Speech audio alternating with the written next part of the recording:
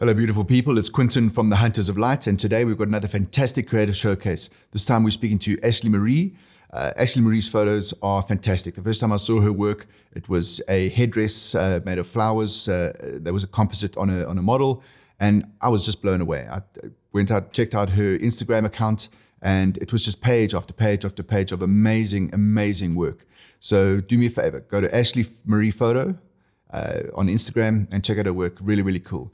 So this is not one of those normal creative showcases. Ashley challenged me a little bit in this one, asked questions, so I couldn't just sit back and listen. So watch me squirm. Cue the intro. Cue the intro. Cue the intro.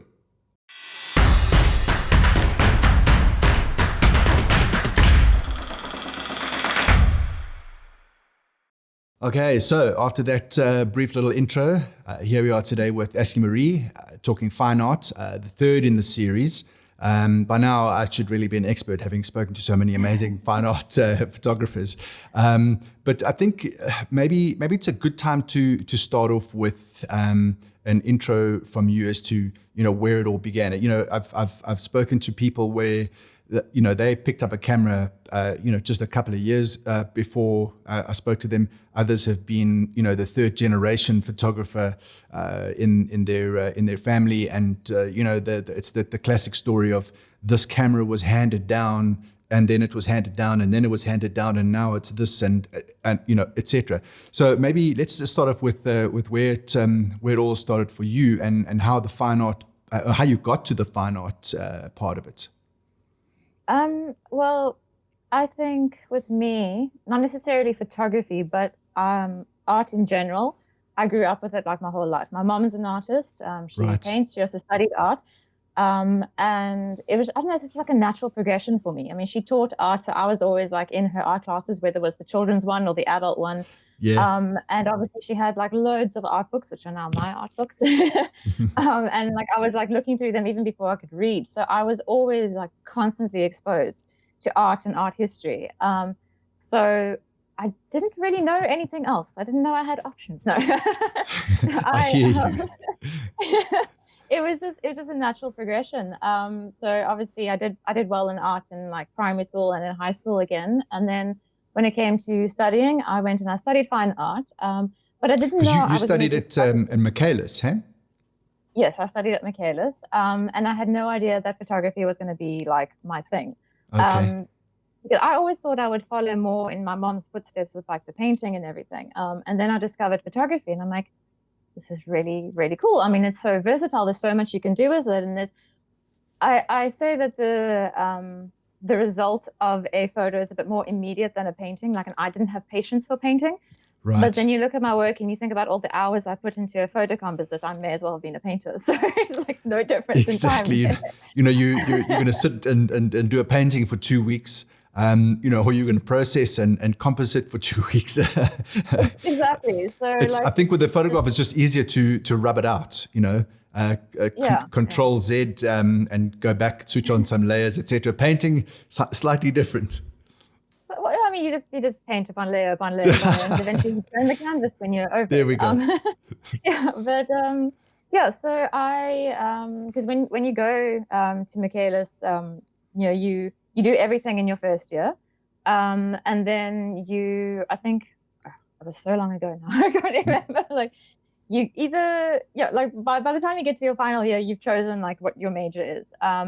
And then I think your second and your third year, you have your electives. I think second year is 4 electives, third year is only 2, and then you got your major. So I just, we did like a pinhole photography in first year and stuff. And I thought it's so interesting, like the whole like process of how this all works. I mean, it's like we had like either a tin or a box painted black on the inside, and exposing photographic paper. And then there's a picture just like magically appearing. It was magical. Like that's the only way I can really describe it. So I knew I wanted to explore that more and like all the possibilities that came with that. So by the time I got to my final year, my elective was photography. And it was just strange, as well, just like on a side, when my mom was studying, she also did photography, and she always thought that like she'd go into photography, but then she went into painting. Now I'm the opposite. I thought I'd go into painting when I'm going into photography. So it's like, full circle. Absolutely. So, yeah. It's funny, you're the second person other than obviously Sam who spoke about pinhole cameras, and I think maybe what we should do is put together a little tutorial on how to make your own pinhole camera, and we should maybe see if we can get a little bit of an online exhibition of people who've made their pinhole cameras. Scan the resulting image and put it online. I think that would be incredible. I'm actually quite excited to see how it would work. Now a little bit, I don't know, because obviously we had photographic paper then, but Yes. then Kodak closed down and Agfa closed down, and they were on the verge of closing down back when I was studying anyway. Right. So otherwise, it sounds ancient, but but yeah, they were like, while I was studying, Ilford stopped. Well, no, I think Agfa stopped. And then we had to go on to Ilford, which is the more expensive paper. Right. But you can do pinhole with just a film strip, like cut out a frame of film in a little like matchbox. Yeah. You can literally do that too. I've never tried it, but I've seen like online people do stuff like that. But it's definitely a lot of fun to do that. I just have no idea how much photographic paper would cost these days. Yeah. And I don't know if we could go to develop it, because obviously we had a darkroom that we went and developed at varsity, but it was so much fun. Like, it's just, yeah. Well, I'll tell you what, I'll look into it and see what we can do. Maybe we can, get one of the suppliers to do a bit of a Hunters of Light deal or something like that. And, let's see what happens. Anyway, so fantastic. Pinhole cameras, check. And then, from there, so you decided you were going to be, and was it always, I suppose it must always have been fine art as opposed to commercial and family shoots, etc. Oh, for sure. I mean, look, obviously I do like the commercial side of it, because, that's where most of the jobs actually are. That's where the jam is that goes onto your toast. The jam is. Yes. But yeah, I've always been drawn more to the art side of things. So yeah, I mean, it was definitely more fine art stuff. So if I can book a job where it is more fine art orientated, then yeah, like then I'm a happy camper. Absolutely, so. Yeah. Yeah, and it's interesting. I don't know how many photographers are in a position where they just photograph what they want to shoot. I'm sure there are a few of them, but I think for the mainstream, it's pretty much you shoot what you want to shoot when you have time. The rest of the time, you shoot what you need to shoot to be able to fund your insane gas habit. Gas being gear acquisition syndrome, which I think most of us have got a certain level of. I know, for me, it's commercial stuff. I'd love to do more personal stuff, but it's tricky. You get to a point where you just go, oh, I'm tired. And then the next week comes and the next week comes. So it would be fantastic for everyone to be shooting what they want to shoot. But I think there's that compromise. It's one of those industries where you can't just do whatever you want to. You're pretty much going to go out and shoot the things that you can shoot well, get money in, and then go and bankroll your personal passion projects. Well, I mean, the thing is, as well, is when you shoot your passion projects, that's is what you put out for your clients and stuff to see. So they do book you on that based on your style. So even if they don't, like a lot of like my fashion clients, for instance, like I don't necessarily shoot like fine art fashion for them, but they saw what I did with like a personal project and they liked the style, like whether that was like the color treatment or just the overall look and feel of it. And then that's why they book me based on what they see. So passion projects are very important, and I think like if you can make time for them, then you definitely should. So absolutely. I know we've spoken to a few photographers on since the Hunters of Light started, and that is very much a common theme. You need to shoot what you want to shoot because people will see it. They'll either like the treatment, the style, the lighting, the whatever, and you'll get booked to shoot that for them. So you might not have paint streaked model, etc. But it might be a fruit headdress and like beautiful lighting for Tropica or etc. But it's exactly that. You shoot what you want to shoot more of, and people can see it and then move on from there. So that's a very good point. Yeah. So your lighting also plays into your style, like of what you do. So oftentimes, like that's what they see as like part of the whole thing. So yeah, just it all adds up at the end of the day. I mean, I obviously also shoot e-commerce. I just never really like put that out there because I mean, Yep. e-commerce is product stuff. It's not like all that exciting. Yeah, it's not And if I was to sexy start product stuff. I mean, product stuff can be sexy, but most of the e-commerce stuff, E-commerce, white background, even lighting, done. it's this what I am now, white background. Yeah, I mean, it's Wonderful. nothing. Yeah, but like you said, it's the jam again. It's the jam that Exactly. we need. So Exactly. yeah. No, that's very cool. One of the things that, and I think it was the first time that that I first saw your work, and I can't remember where it was that I saw it, but the model was I am Michelle Allen, and it was the flower headdress and that sort of thing. And when I first saw that, I thought, oh man, that is fantastic. There was just something about it that I hadn't seen before. Not that I've seen everything, but I mean, I'm old, but I'm not that old. But I really just enjoyed it. I liked the sort of, there was a fun element to it and like a Baroque element. And it very much like a painting type of vibe. I can't really describe it, but since then I just thought, man, I've got to have Ashley Marie on the Hunters of Light and show more people these images. So I hope you've got a couple of those in your presentation today, so that we can. And I have that one as well. That one fantastic. Is on the presentation. Fantastic. Yeah, that shoot was actually shot in her kitchen. Oh wow! So I was like, those flower portraits are all digital collages. So it's all I do like beauty shoots or whatever and portraits, and then I take like old master sort of fine art still lifes, and then I just collage it all around. But a lot of them are shot in like really random like little places. And that one with Michelle, so it wasn't her kitchen, it was the makeup artist's kitchen. Okay. So she had like a blank white wall. They just moved in, so there was like plenty of space. They hadn't got all their stuff in yet.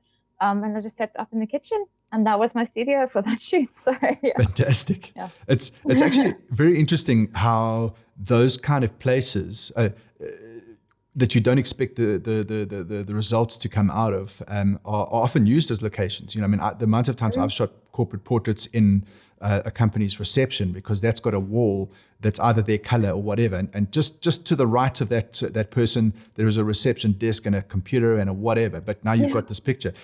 I really do think that we should set up a gallery of the shot and then just a slightly pulled back image to see where it was actually shot, because I think that could be really, really interesting. It is interesting, and I actually kick myself for not taking enough behind the scenes. Like oftentimes, it's like, especially with the flower portraits, for instance, a lot of that is created with just 3 people. So it's myself, the model, and the makeup artist. Sometimes the models are the makeup artists themselves, so it's just 2. So there isn't really anybody to do behind the scenes. And I'm so caught up in what I'm shooting, the last thing I'm thinking of is step back and take a photo, Exactly. But I'm trying to be more conscious of it's more conscious of that, because I love seeing other people's behind the scenes. Like it's fascinating to me. And I'm like, well, why am I not sharing mine? I need to create more. So that is like my goal for when this pandemic is finally over and I can get out there a bit more. So yes, we need to add that to the checklist: camera, lights, model, makeup, me, behind the scenes. So, cool. All right. Well, if you're ready, let's share your screen and see some of the images. I'm really, really excited. Can't wait.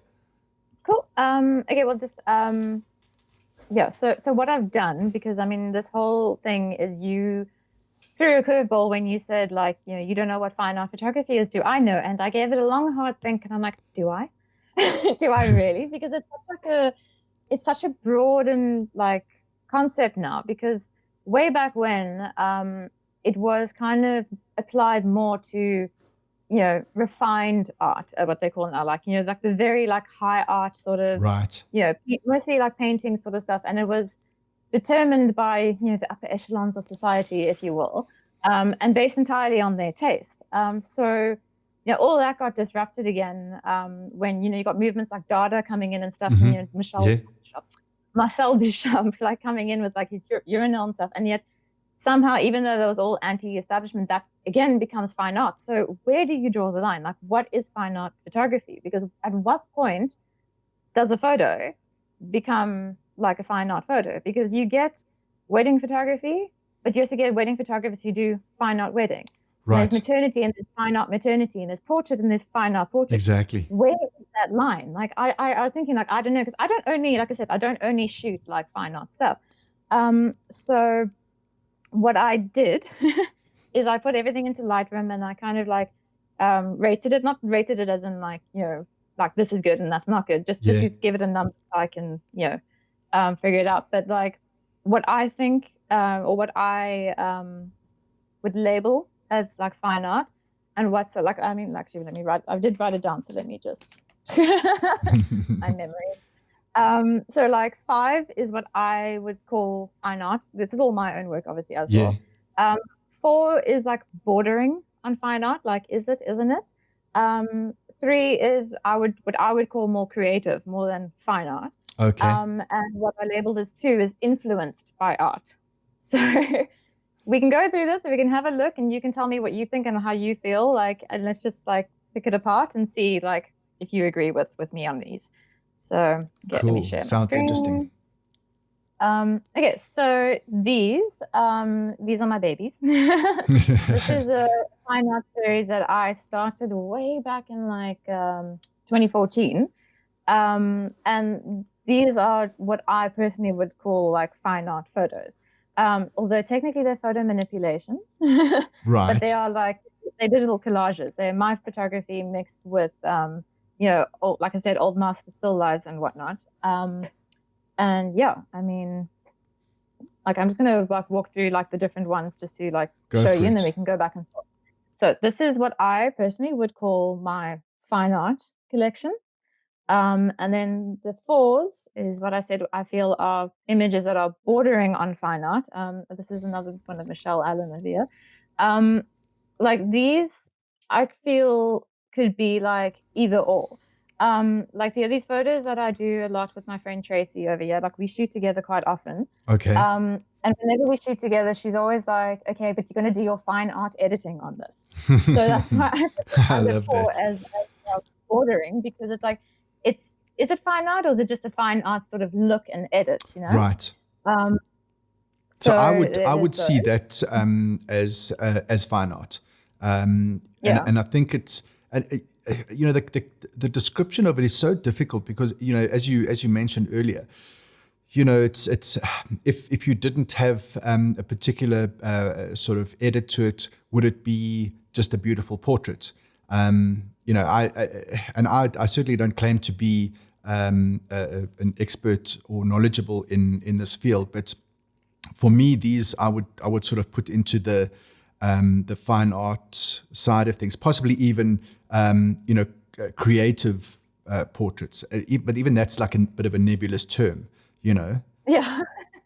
No, I'm a bit of an overthinker. Okay, so that's why I have all these like little like extra things. But yeah, I mean, I would like call it like a fine art, but like for me as well, you know, like, yeah, I think Kylie also did the same thing I did. It's like when you're looking up, like, you know, when you want to know what fine art photography is, you Google it, you know. Like, exactly. And the Google, we all did that. We all went down that road. Yeah, and like the Google definition is basically what makes a fine art piece fine art is that, you know, it's appreciated primarily for its, you know, it's aesthetic, and it's sort of like visual content. So like for me, it's art for art's sake. And this is why I also struggle with the term of like fine art photography, because this again, it's like, yes, it is creative, it is arty, it is bordering on fine art, but at the same time, this was a shoot. It was for her birthday, and it's fine art portraits. Like, am I like maybe just overthinking it when I would like subdivide everything? Yeah. You know what? But, I mean, yeah. I'm happy to consider things to be fine art portraits, fine art landscape. You know what I mean? Because I do think that you get landscapes and you get fine art landscapes. In my frame of reference, that's how I'm seeing them. So these for me, I suppose, would be fine art portraits. You know, from that point of view, the one, the first one that you've got there, the wedding dress, I assume. You know, that for me would be something that I would shoot at a wedding, and I wouldn't necessarily consider it fine art. Yeah. But you know what I mean. So that's why for me, I so struggle with how to categorize, these sorts of this whole genre. Mm. Yeah, I mean, like, just to like go through again, like that's like another creative portrait. Creative portrait for me. This one is bordering slightly closer for me on the fine art side, even though it's all fine art portrait, because this has got something. I don't know. It's got that little something extra that I feel like fine art like needs, and this can like stand alone. It's a standalone piece.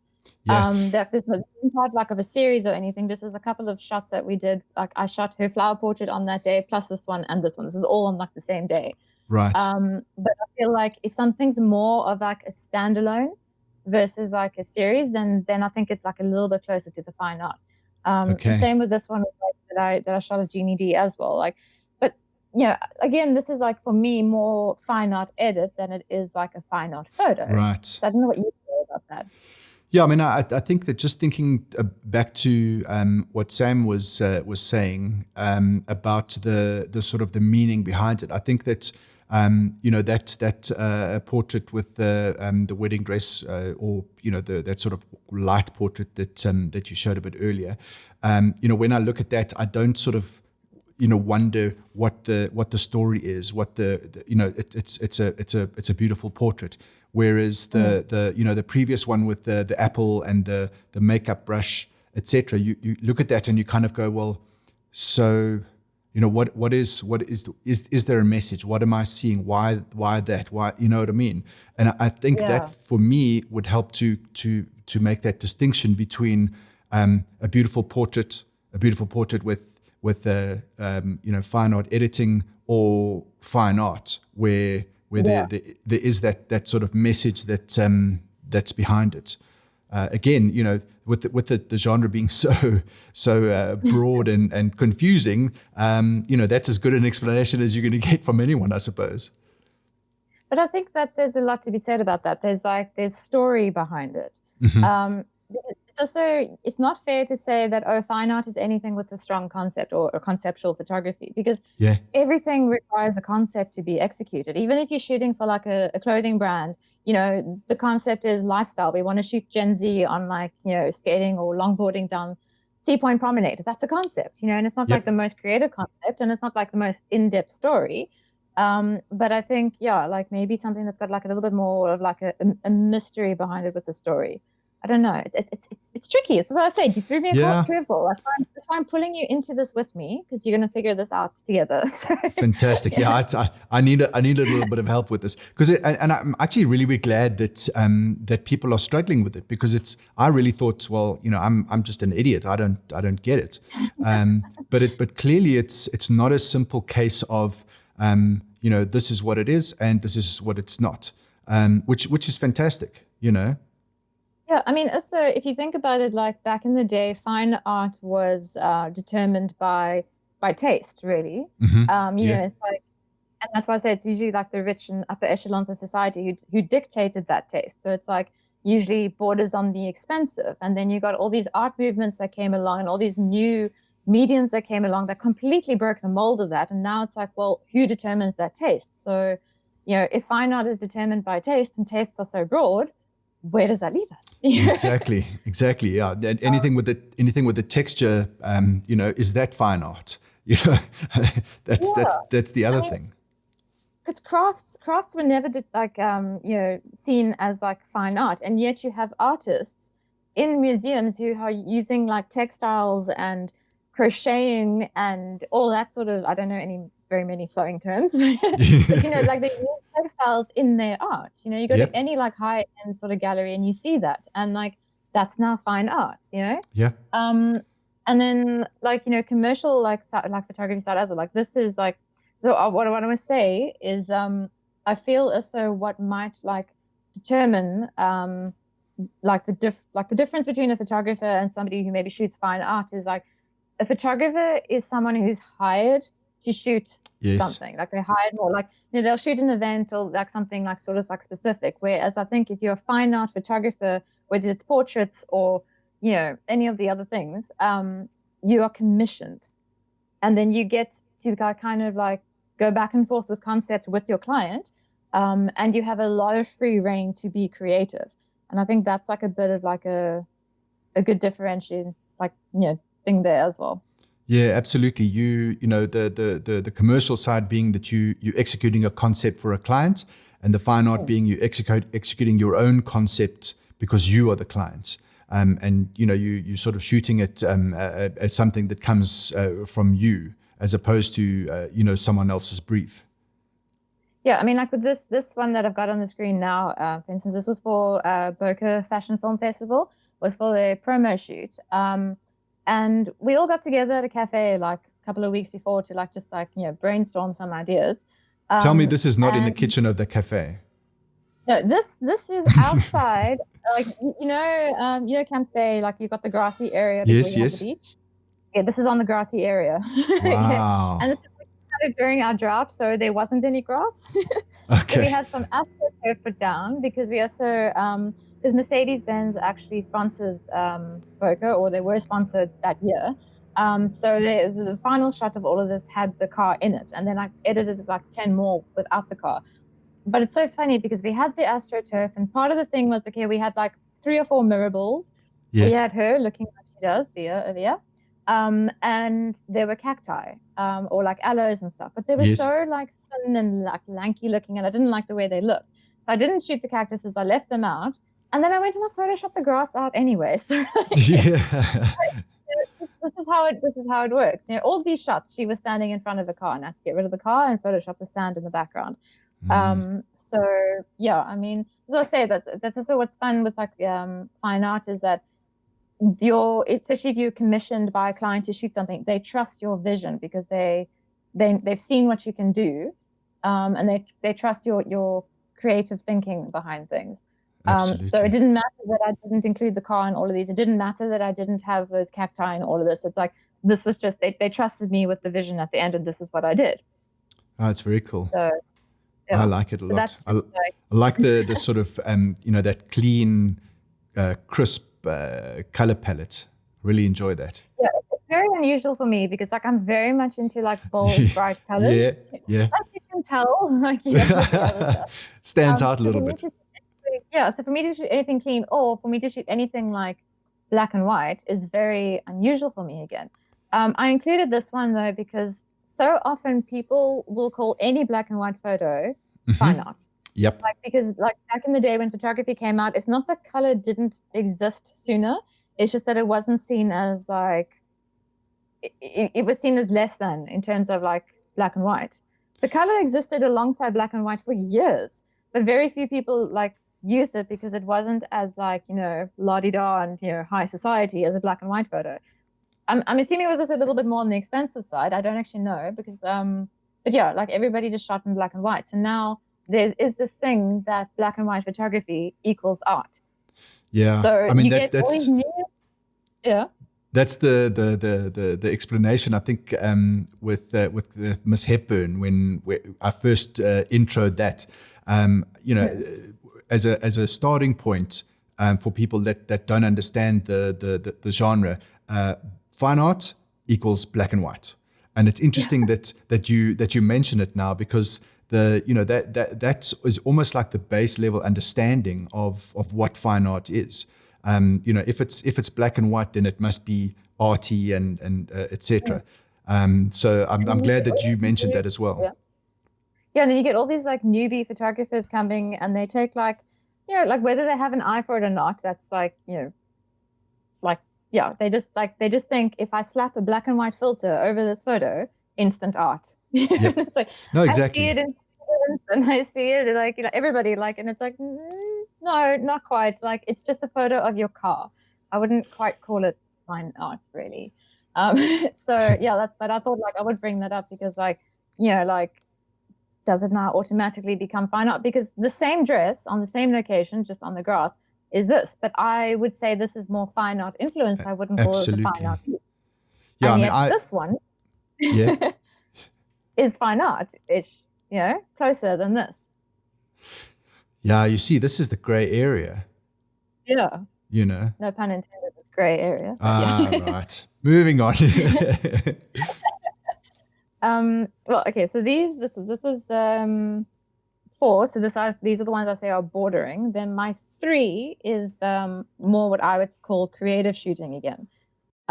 So these first 3 are very, very old photos from like way back when. But they are like, they've got like a bit more of like a fine art influence, but like just because they shot on like a painting as a background and they look more like artsy, this isn't what I would call fine art at all. This is, for me, purely creative photography. And it was shot, it's an accessory shoot I did for a magazine that's now no longer going. So, it was like an editorial kind of vibe. But like people often will look at something it contains art and automatically assume that it is. But for me, this is artsy, but it's not fine art. Right. So that's why I put these under more like sort of creative. And the same with like this sort of stuff. Like, it's just, for me, it's more just like a creative sort of portrait. It's got more of like sort of like decorative elements on it. But I wouldn't call it, I wouldn't actually call like a fine art sort of shoot. So yeah, that's under my creative label. Okay. So what would you think? I think if I look at the third one, that kind of feels quite editorial for me. But I hear what you're saying about where it's creative portraits as opposed to like a fine art feel to them. And it's interesting how you, and I suppose it also comes back to the influences and the background of the person who's producing the work. If you have an influence of an editorial feel, and you've done a bit of commercial work as opposed to someone who's really just done fine art for their whole career, you've broken it down into even more subsections than fine art versus portrait. Which I find very interesting. I think that I don't know if I would have sort of looked at it as a like a creative portrait versus a fine art portrait versus creative editing. And I think that's the beauty of this genre is it's so diverse and for lack of a better word, complicated. That I can I kind of say, well, don't worry, Quentin. You'll be okay. Don't keep rocking like that because no one knows what's going on here. You don't have to be an overthinker like me. Well, I mean, at the end of the day, I think that you have to put a bit of thought into it to come up with these ideas and how you're going to be styling them and shooting them. What props do you need, etc. So and I think sometimes that overthinking is a good thing. But it's just interesting how the what I'm seeing with your work has such a much more of a range of and maybe it's because you're breaking it down that I'm seeing like a range of the different styles and feels.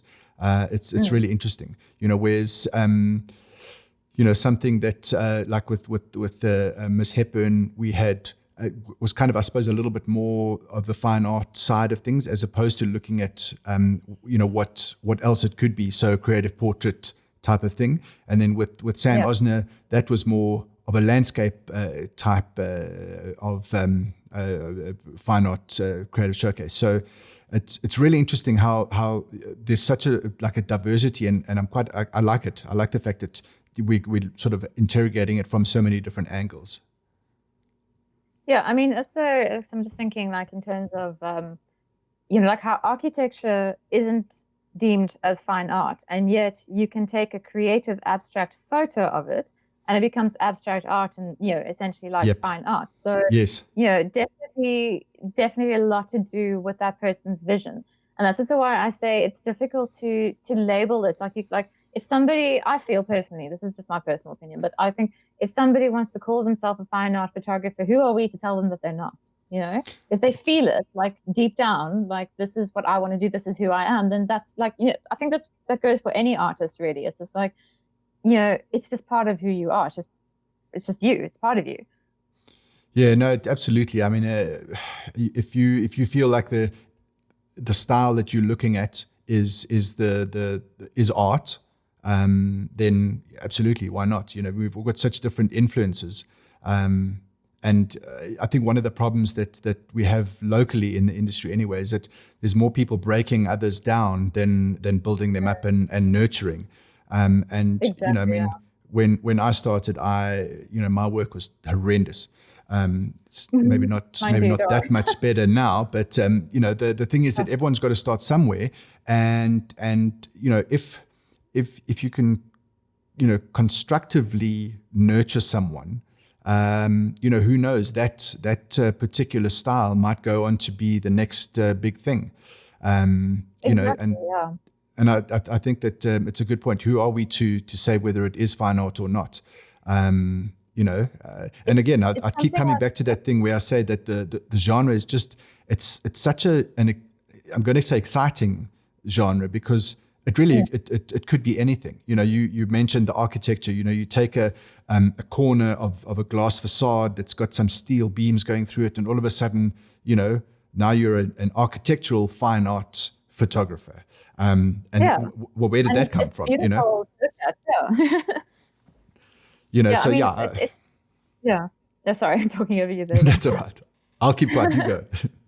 No, that's right. I'm saying, like, last year I was teaching studio work at a college, and it's something I thought I knew, but I like had to basically relearn. It's like when I was teaching these, like, you know, young minds. I feel so old when I say stuff like that. But it's like, apart from like it being a massive awakening for how I was as a student, my goodness, was I arrogant.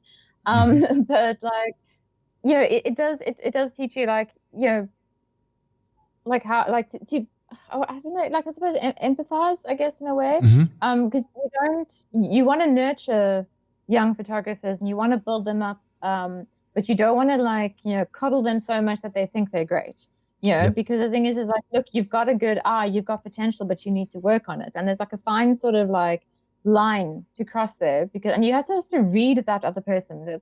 That's what's nice about teaching, is you're face to face in real life with that person. But online, you don't know how that person you're criticizing is going to like react to your criticism. So you've got to be so careful with how and what you say to people, because like I can handle criticism. I've got a thick skin. I've had years of it, you know. So, but I can't now go and apply that to somebody who picked up a camera like 6 months ago and is really excited about it. And now, you know, I've got to be kind. I think at the end of the day, it's just you got to be kind to people. Just understand, like, you know, where they're coming from with their stuff. I don't know, just a little something I thought should add in there. No, absolutely. Like you said, like there's so many people who are horrendously mean on. There's a lot of, like, on Facebook, for instance, there's a lot of groups that I left because I was just like, what is going on here? That none of this is constructive. You're just breaking this person down, and why? I mean, sure, their work is like literally like a snapshot, but it's a start, you know. But no, absolutely, like I agree 100%. I think that, you know, if you are going to bother to take the time to respond, you know, there's two ways you can respond. You can either say, sorry, that's crap, in those exact words, or you can point out what the problem areas are and potential solutions. If that person then goes, well, okay, let me try that, and the next day post something that's taken that constructive criticism and now it is better. It's still not, you know, a good shot, but it's better. You can see that they're trying. That's someone who is going to improve. But if they didn't have that thick skin and you said it was crap, you know, you may just cancel it straight away and they might sell the gear, and it's just such a pity. And I really do think that the you know, supportive culture is very important when it comes to guiding new photographers. Oh, for sure. I mean, like I generally, especially if I don't know that person and I don't know how they're going to read, because tone in online is just like a whole other ball game. Yeah, smiley face means but nothing. smiley face can be passive aggressive. Absolutely. Don't underestimate the smiley face. But yeah, no, I like to basically like when I have, there's something like when I have the time, but if I have the time to give back any sort of like critique and it's really not a good photo, then I'll just say to them like, listen, I can see what you were trying to do, but here's why I think it doesn't work, and here's what I think you can try to improve on it a bit, but good effort, and don't stop, Yeah, absolutely. That's usually how I approach it. I'll tell them like, I can see what you were trying to do, but it's not quite there. Yeah. So, and the people that go away, try it, or try, what you've suggested and come back and keep coming back and keep coming back. The more that you see that, the more you want to help them, Yeah. So it's really just becomes you also don't want to force your taste on them. That's the other thing. I had an issue with that actually when I was studying, because like everybody has a taste, and part of growing as an artist is developing that taste. So your taste might not be great in the beginning, but that's the whole point of like starting. You get influenced by work that you like, and then you grow with that. And I would find oftentimes that there would be some lecturers every now and then who would try and like force their taste onto your project, because they're like, I don't like this, do this instead, kind of thing. So you've also got to be very careful, because like especially like as someone who used to teach, the last thing I want to do is like, because people are going to bring me work that I'm not going to enjoy because it's not to my taste. But right. like I've got to shove that aside. I can't now be like, okay, this is a 5 out of 10 because I don't like this genre or I don't like the subject matter. You can't be like that. So yeah, everyone online is a critic, but not everyone should be. Yeah, absolutely. Now, this is my label 2. This is the stuff that I would call influenced by art or fine art, but this is not what I would call fine art. You'll see that. Okay, now I understand that. Now that one I understand. I feel comfortable with influenced by, because that one, number 5. Yeah. For me would definitely fall into that sort of thing, and I mean, in a joking way, as I mentioned earlier, textures, you know what I mean? Yeah. So it's got a texture. Yes, it's fine art. It's got a relatively sort of monotone, backdrop. Yes, it's fine art. I feel comfortable with influenced by fine art. Fantastic.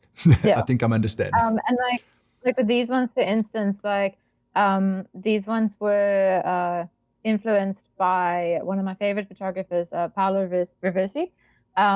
It doesn't look like his work, obviously, but it's got that sort of like, look, he is more like fashion and portrait photographer, but his work is very fine art.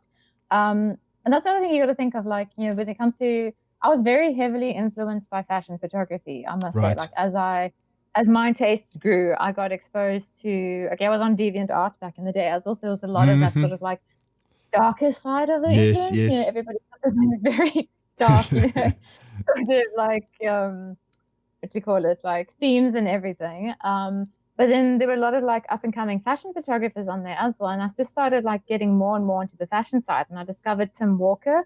And he's like my ultimate. He's who I want to be when I grow up and have a massive budget. Yes. Shooting for Vogue. And Annie Leibovitz, and obviously like Paolo Reversi, and there's just, I just started discovering more and more of this sort of stuff, because a lot of these well-known high-end fashion photographers are super like fine art influenced, if not fine art themselves, Right. And it differs greatly from, say, an editorial that you just see like in a magazine.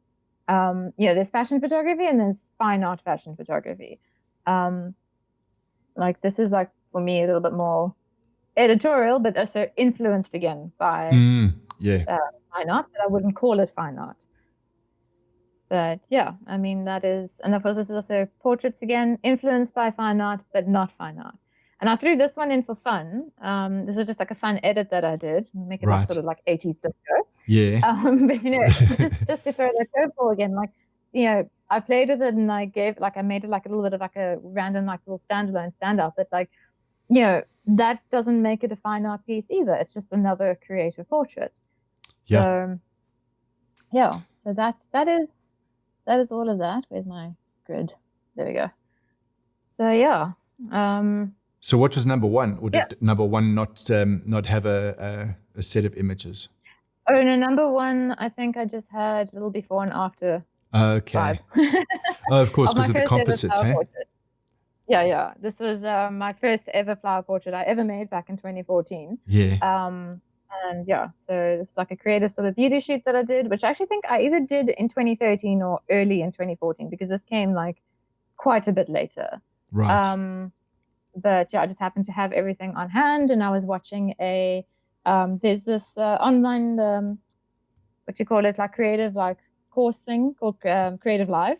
Yes. And I was watching one with another favorite photographer of mine called Natalie Leonard. She called herself Miss Anila.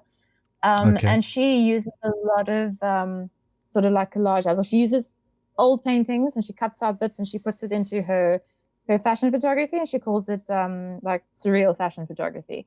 And I was like, you know what, I've been seeing this sort of like thing quite a lot. Like, she's not the only photographer that I saw using, like mixed media, if you will, where they take their photograph and they collage it with like it's kind of like got that graphic design element, if you will. So Yeah. I'd already had this collection of still life still life paintings. Like, I already had this whole folder full of them, and I was busy. Then it would have been the same time. So my memory's coming back because I was busy retouching this photo. Yes, okay.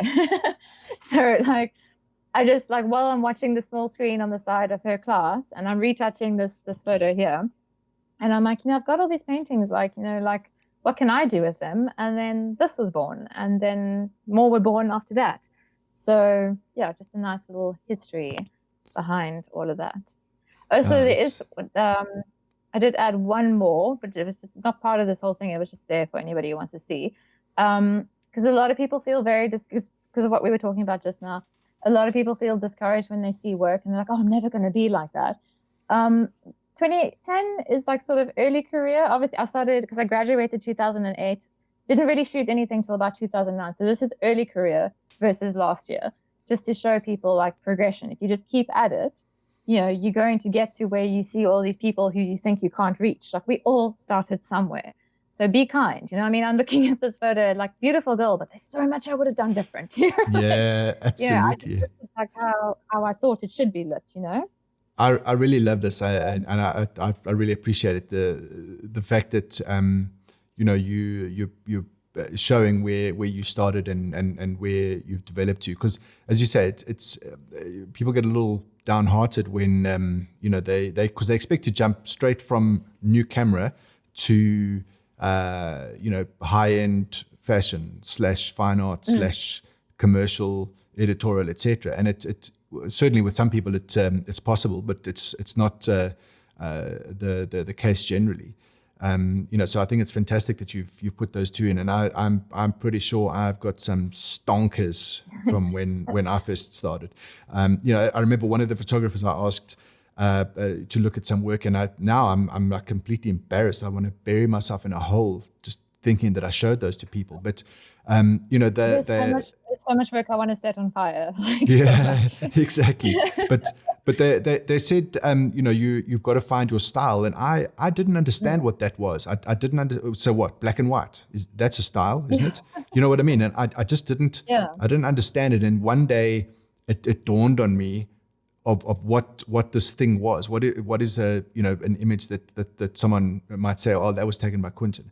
And it takes a long time to get to a point of understanding what it is that you want to do, what you're trying to do, and to recognize the fact that you've actually got a recipe of how you do it. So that's a fantastic example. I really appreciate that. Yeah, I mean, like when you're starting out as a photographer, like, this is like literally, you can see this is me going, it has to be lit. Like, not like, how am I going to shape the from light, all to make it sides. This is like, it needs to be lit. Like, so, smack on, like, I mean, you can like just look at the catch lights, Yeah. Like, that's it, I did have help from a fellow photographer. This was actually his studio, and he was a lot more advanced than I was, but he was just an early career. So that's why I would say this lighting is not bad, but like, in comparison to like what I, would do, like, this is just, Yeah, it may as well be like a weird e-commerce. And what is with the massive giant rows? I would never go. I was just going to Why? say, was that comped in as well? Is that your No, early compositing? no, it's just her holding her rose and like the hair over here. I would have fixed the hair, but like I didn't know that much about retouching either. I was like early Yeah. career. Now I Photoshop in my sleep. So Yeah, absolutely. Wow, that's so so cool. yeah, I just thought I'd throw that in just so like people know that like you've got to start something. I mean, actually, it's the same with like if you just for instance, this is like early, early in the series. If you compare, let's just actually go back here. If you compare, I don't have it here, do I? No, but like, where's my latest one? Do I have it? Like, this is my latest one. You look at that and you compare it to the other, you can also see like massive progress. Like I learned how to light things better. I'm not blowing out the skin as much. And like, I mean, I still absolutely love my first one. It's my baby. It's like the first one ever. But like when I print it, obviously, like, I do like print it properly so it doesn't look so, screens also calibrate differently and like are different brightnesses. But just to show that progression, I mean, like this was the second one I ever made. So you just sort of like kind of see as you go along. This one was like shot outside. This was like but this one was done in a kitchen. This one was in a studio with continuous lighting. This was in my lounge. So in my lounge, same spot.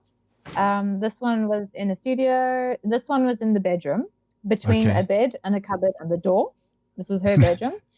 This was outside in the field of canola. It's the same time I shot the yellow picture of her. Okay. And then it was sunset. So I just had her like seated in the canola and then I had my off-camera flash and then that was that. This one is the studio. Don't know why that's there twice. Whoops. That's a studio. That's a studio. Bedroom again, because these two are sisters. So they were shot on the same day. So same lighting, same little area. And this was also shot outside in front of like a bush. So, like don't let where you are limit what you do. I mean, there's so much potential everywhere you look. I mean, I know I'm not the only one that does this as well. Like if I'm driving in the car or I'm on the bus or whatever, I see so many like locations like off the side of the highway and I'm like, oh, if only, because it's like this beautiful, why are all beautiful in full bloom bushes off the side of like an N1 or something? Like all the locations that are not exactly safe is where all the prettiness lies. But yeah. Or the ones that you have to walk down a mountain and, abseil a cliff, and only accessible for 3 days in a year. Oh yeah, you say that, but I've actually done that with the team before. Not as excessive as that, but I had them all hike up. What I told them was not a difficult hike, and technically isn't. But I didn't factor in the fact that we're all carrying gear. Yes. and which my changes it has drastically. A massive bag of, because we had 3 models and like this huge this huge bag of clothes, obviously, because we have to have not only just 3 models with clothing, but they each have to have like 5 different outfits. And then I've got my gear with me and my makeup artist, of course. You see what makeup artists like, they've got those little like awesome like little carry cases, and like, and I'm like, this is like easily like a half-hour hike. And I'm like, no, it's like 15 minutes to like this like waterfall type area. It was worth it in the end. It is an old shoot though, and like it's one of those things where I look at it and I'm like, oh, I would change this and I change that. And I definitely do want to go back, but this time I know how to properly warn my and take a helicopter. I'm like, let's just like fly a drone that way. But yeah, I mean, like I'll do it. Like, if it's worth the location, then you're gonna do it. Absolutely. Like, the ocean's freezing cold, but like if that's what it takes to get the shot, then I'm gonna get in the water. Exactly. Cry about it later.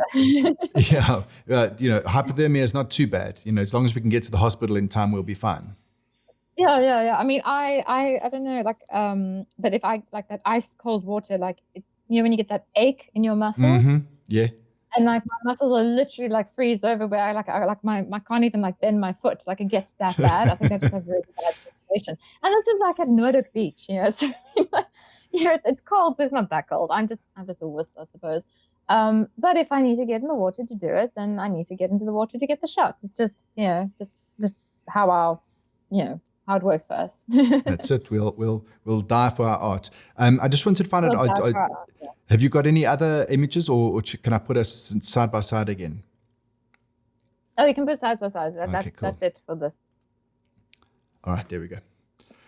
Yeah, I mean, as you're saying, we'll die for our art. We'll lose well, there was an artist that the ear issue. Yeah, so if a bit of cold water never hurt anyone, I don't think. So first of all, thank you for I want to say clarifying, but I think you might have muddied the water by adding extra categories. But it's certainly I contradicted myself. I'm so sorry.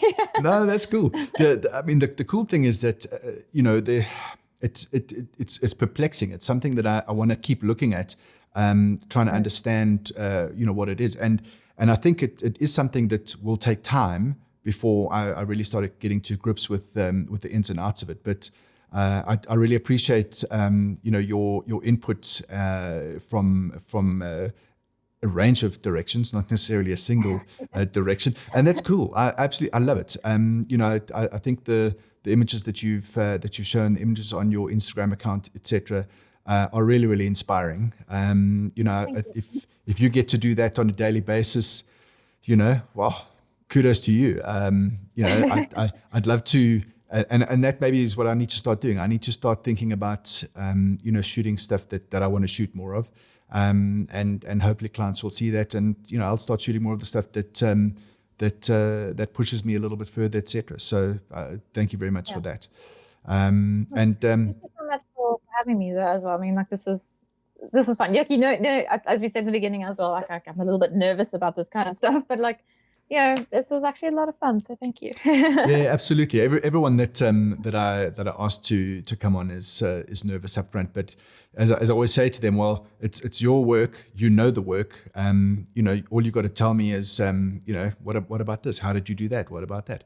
And once you start, it's it's really just more of a conversation, showing some cool images, and laughing about the weird things that happen. And that's it. And I do tend to talk a lot as well. So once you start me, it's a bit difficult to stop. So no, that's fine. I think maybe people prefer us as photographers, where one image can say 1,000 words. Because when you start us talking, then there's just 1,000 words. And it's maybe not as interesting. But thank you very much. Really appreciate it. And for those people who have watched the Hunters of Light before, if you like this one, remember to hit the like button, subscribe, hit notification bell. The more people that like and subscribe, obviously means more for the channel. We can grow it and keep doing what we're doing. So thanks very much, everyone. Thanks, Ashley Marie. Good to chat to you. Really appreciate it. And we'll check out and see what work you've done in the next couple of weeks. Cool. There is a new flower portrait coming soon. So fantastic. Cool. Look forward to it. Thanks, Ashley Marie.